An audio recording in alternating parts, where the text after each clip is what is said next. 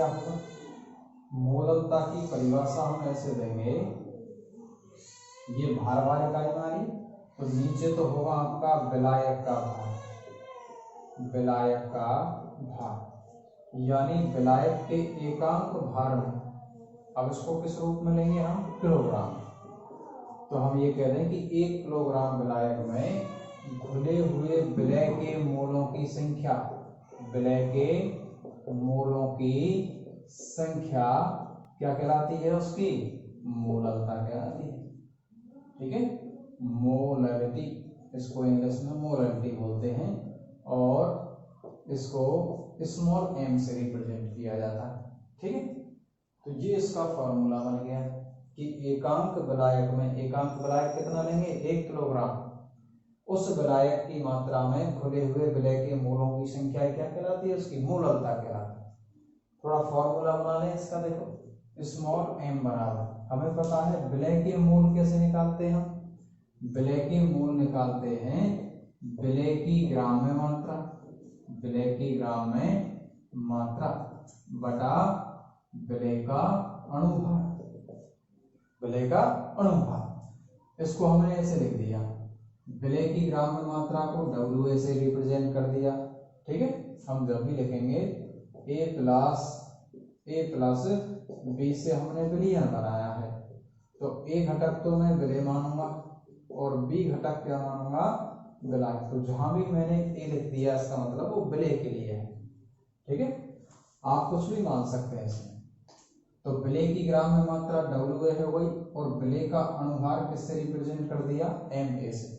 ठीक है, और विलायक का भार रिप्रेजेंट कर दिया हमने WB से, किससे रिप्रेजेंट कर दिया, WB से। तो फॉर्मूला क्या बन गया बताओ, फॉर्मूला बन जाएगा WA बटा MA, MA नीचे आ जाएगा और नीचे क्या है WB, इसमें दिया है किलोग्राम, तब तो फॉर्मूला ये बन गया।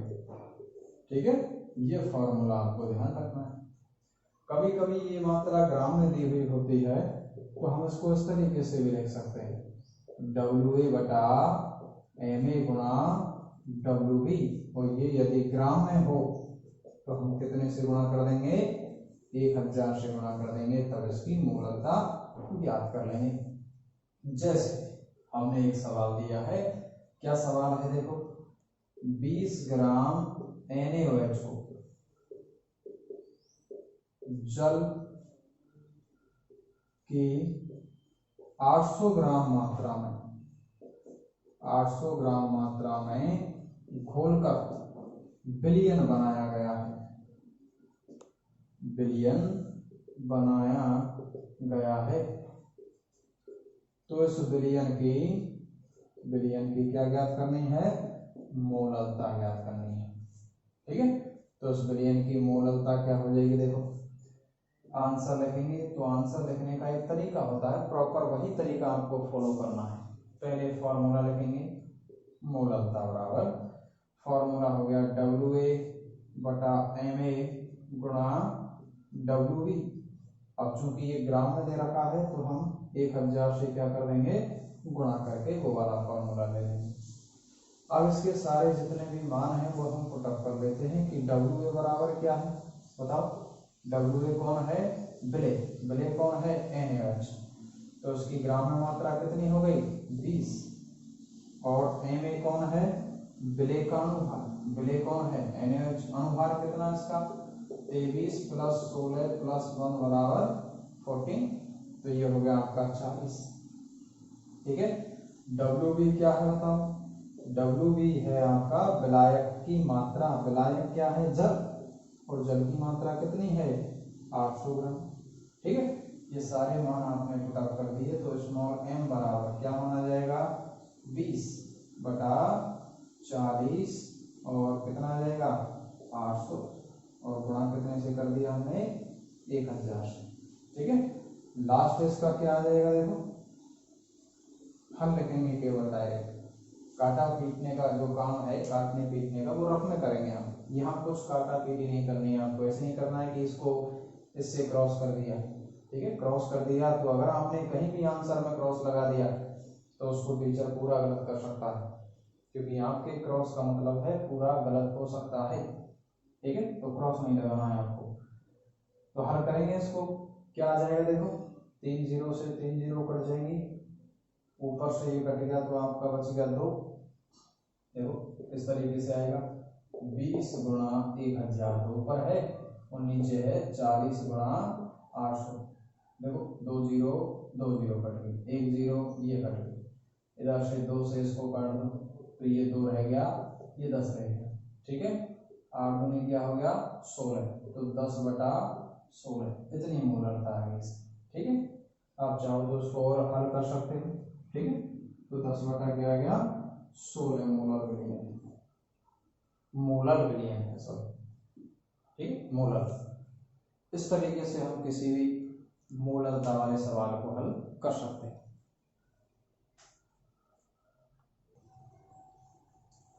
अगला पॉइंट है सेकंड, वो है मोल भिन्न। क्या है मोल भिन्न, इसके और भी नाम है, जैसे मोल प्रभाजक इसी को कहा जाता है और मोल अंश भी इसी का ही नाम है, ठीक है। इसको इंग्लिश में मोल फ्रैक्शन बोलते हैं, इंग्लिश में क्या बोलते हैं इसको, मोल फ्रैक्शन बोलते हैं, ठीक है। इसको रिप्रेजेंट कैसे किया जाता है, xn से रिप्रेजेंट किया जाता है। n का मतलब जिसका हमें मोल फ्रैक्शन ज्ञात करना है वो नीचे लिख दिया जाता है, ठीक है। कैसे निकालते हैं मोल फ्रैक्शन, क्या होता है, मोल फ्रैक्शन होता है किसी संपूर्ण विलयन में उसके कितने मोल हैं, ठीक है, उसका जो रेशो होता है वही आपका मोल फ्रैक्शन कहलाता है। नाम से ही पता चल रहा है मोल भिन्न, ठीक है। तो उस खुद पदार्थ की मोल का क्या अंश है संपूर्ण विलयन में, वो आपका कहलाता है मोल भिन्न। जैसे मैंने कोई विलयन बनाया 3 प्रकार के घटकों से मिलकर ए, बी और सी से, ठीक है। इसके मोल कितने हैं साहब Na, ठीक है, जो भी मात्रा दे रखी होगी उससे मोल निकालेंगे। इसके मोल खुले हुए हैं साहब Nb और इसके मोल कितने खुले हुए हैं Nc।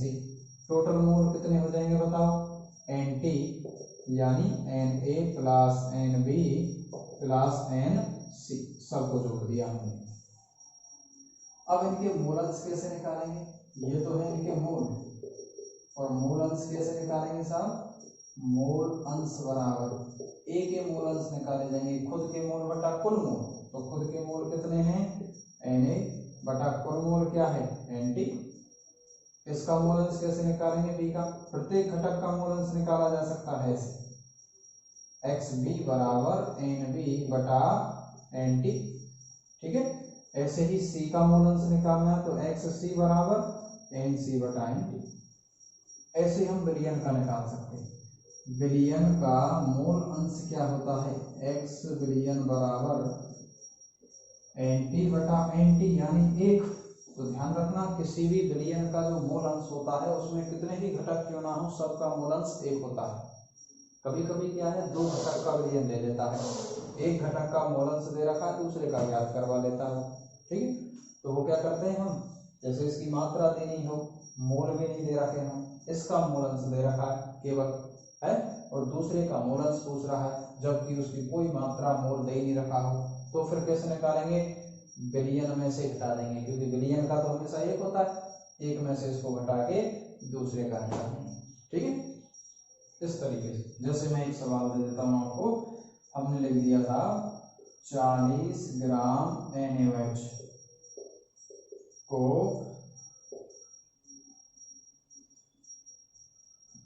36 ग्राम तो कम हो जाएगा, थोड़ा ज्यादा ले लेते हैं अपन, 90 ग्राम जल में घोलकर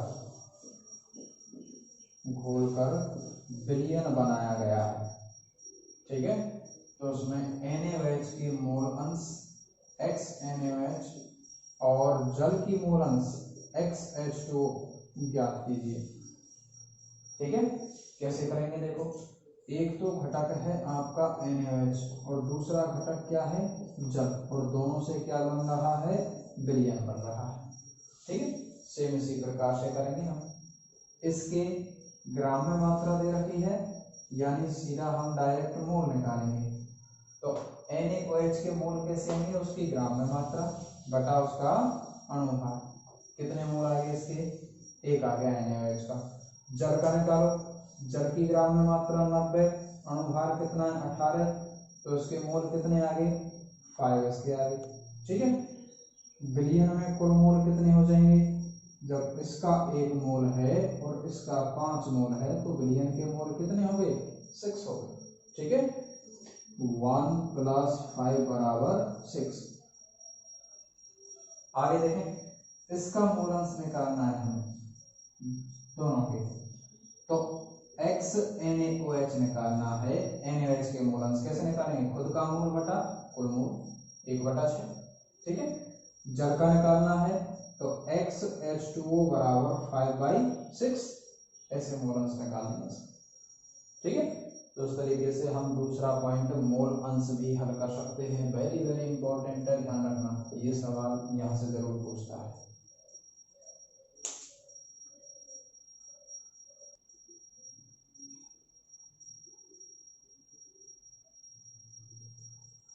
अगला है भार परसेंट। तीसरी जो इकाई है सांद्रता की वो क्या है, भार परसेंट। ये तो डायरेक्ट फॉर्मूला है, उसके आधार पर निकालेंगे। कैसे निकालेंगे, देखो, भार परसेंट बराबर अवयव का भार, अवयव का भार बटा कुल भार गुणा 100। तो परसेंटेज जैसे निकालते हैं वैसे ही निकाल लेते हैं। ठीक है, तो भार परसेंट कैसे निकाला, अवयव का भार कुल भार गुणा 100। जैसे हमने दिया था A + B और दोनों से विलयन बन रहा है मिलकर है, और उसने दे दिया कि A पदार्थ तो 10 ग्राम है और दूसरा पदार्थ है वो है 80 ग्राम। ठीक है, जैसे ये 20 ग्राम है ये मान लो, और ये 80 ग्राम है।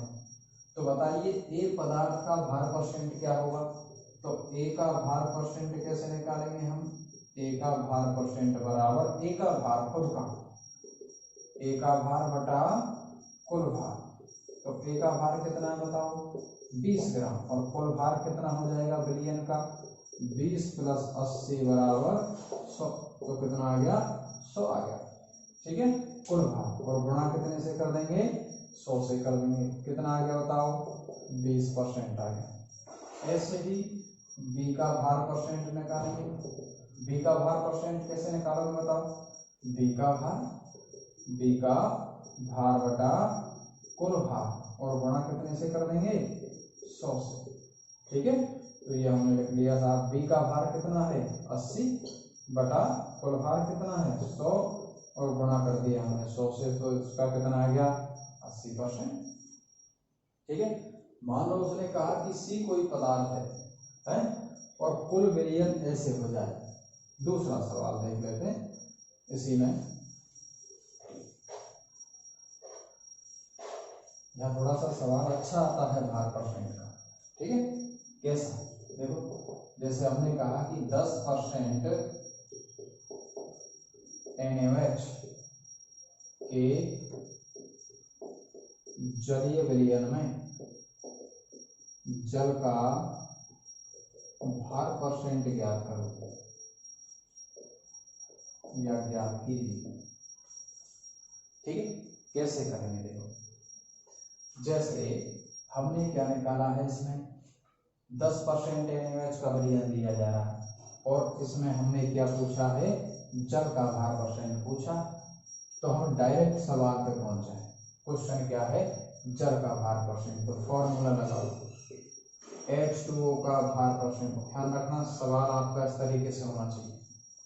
ठीक है, फॉर्मूले में ये निकालेंगे कैसे, H2O का भार बटा कुल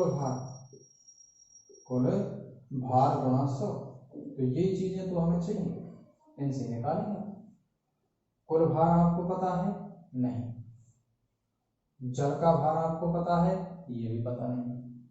ठीक है, तो दोनों चीजें हम कैलकुलेट कैसे करेंगे, तो उसके लिए हम यहाँ से लेके आए, हिंट देगा वो जरूर कुछ ना कुछ। जैसे 10% NaOH का जलीय विलयन है, इसका मतलब क्या है, NaOH का जलीय विलयन का मतलब है इसमें विलय कौन है NaOH। ठीक है, तो विलय जो घुला हुआ है उसी की तो परसेंटेज मात्रा दे रखी है इसने, क्या दे रखी है 10%। यानी हमने इस तरीके से लिया है NaOH का भार परसेंट बराबर NaOH का भार बटा कुल भार और गुणा 100। अब इसने ये दे रखा है कि NaOH का भार परसेंट कितना है 10 है, तो NaOH का भार कितना होगा x, कुल भार क्या है इसको हमें मानना पड़ेगा क्योंकि यहाँ दे नहीं रखा है, तो माना कुल भार कितना है 100 ग्राम ले लिया है। कितना ले लिया 100 ग्राम मान लिया। तो कुल भार अगर मैंने 100 ग्राम मान लिया तो इसको 100 से गुणा कर दिया। x का मान कितना आया बताओ, तो x बराबर कितना जाएगा 10 गुणा 100, इसको उधर ले जाएंगे गुणा हो जाएगा, उसका भाग लग जाएगा, 100 का भाग लगा दिया, कितना आया बताओ 10 ग्राम। इसका मतलब NaOH का भार कितना हो गया 10 ग्राम और कुल भार कितना माना है हमने 100 ग्राम, तो कुल भार हमने माना है 100 ग्राम। ठीक है, तो जल का भार कितना हो गया भाई, आपको पता है कि कुल भार जो है वो जल का भार प्लस NaOH के भार के कुल योग के तो बराबर है? तो कुल भार कितना है 100 और हमें पता है जल का भार है x प्लस NaOH का भार कितना है 10, अभी निकाला NaOH का भार, तो x बराबर कितना आ जाएगा 100 माइनस 10 बराबर 90 ग्राम आ गया। ठीक है, तो इसका मान भी आ गया आपके पास 90 ग्राम। अब मान रख दो और हल कर लो। कैसे करेंगे देखो, मान रख दिया हमने इसका, तो H2O का भार कितना है 90 ग्राम, कुल भार कितना है 100 और गुणा कर दिया 100 से, कितना आ गया बताओ 100 से 100 कट गया, ये आ गया 90%। तो जल का भार परसेंट कितना आ गया 90%। ठीक है, ऐसे सवाल करना, ये थोड़ा सा लेवल वाला सवाल बन जाता है। अच्छा ठीक है,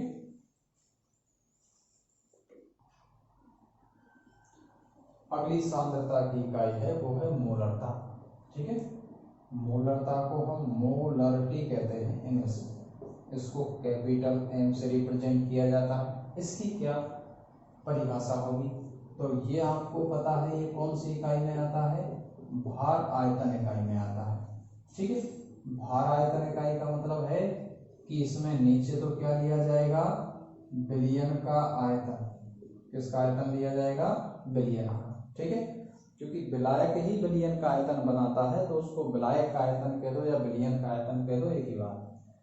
इधर क्या होगा देखो, यानी एकांक आयतन वाले विलयन में घुले हुए विलय की मात्रा, घुले हुए विलय की मात्रा का मतलब मोलों की संख्या।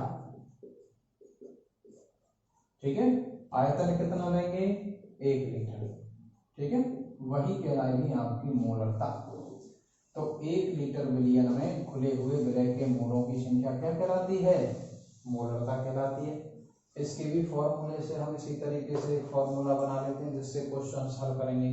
देखो मोलों की संख्या क्या हो गई, अभी निकाली थी हमने विलय के मोलों की संख्या, विलय के मोलों की संख्या को हमने लिख दिया विलय की ग्राम में मात्रा बटा विलय का अणुभार। विलयन के आयतन को हमने क्या लिख दिया V। ठीक है, लीटर में लिख देंगे तो उसमें 1000 से गुणा नहीं करेंगे और ml में लिख देंगे तो 1000 से गुणा करके फॉर्मूला बना लेंगे। तो 2 फॉर्मूले बनेंगे इसके, कैपिटल M बराबर WA बटा MA गुणा V, और ये किस में लिया है लीटर में। या फिर इसका फॉर्मूला ऐसे बन जाएगा, कैपिटल M बराबर WA बटा MA गुणा V ml, और गुणा कितने से कर देंगे 1000 से। ये लो साहब आपके 2 फॉर्मूले बन गए, लीटर में ले सकते हैं ml में दे सकता है। ठीक है, सवाल कैसे होगा देखो बहुत सीधा है। तो सवाल हमने इसे दे दिया, जैसे क्वेश्चन क्या दिया है आपको,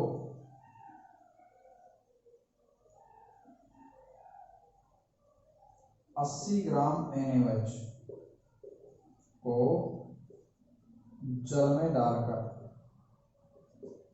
डालकर 3 लीटर विलयन बनाया जाता है,